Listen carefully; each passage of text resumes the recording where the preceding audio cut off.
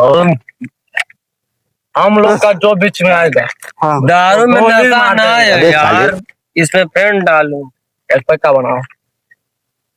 लेकिन एक बात कहें भाई, हाँ बोलो।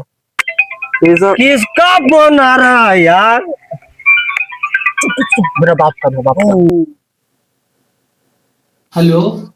हाँ हेलो पापा, कहाँ है बेटा? तुमको बोले थे ना कि हम दोस्त के घर आने हैं पढ़ने के लिए। अच्छा, पढ़ रहा है?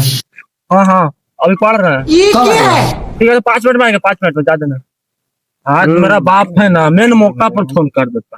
अरे तेरा बाप भी चूतिया है यार।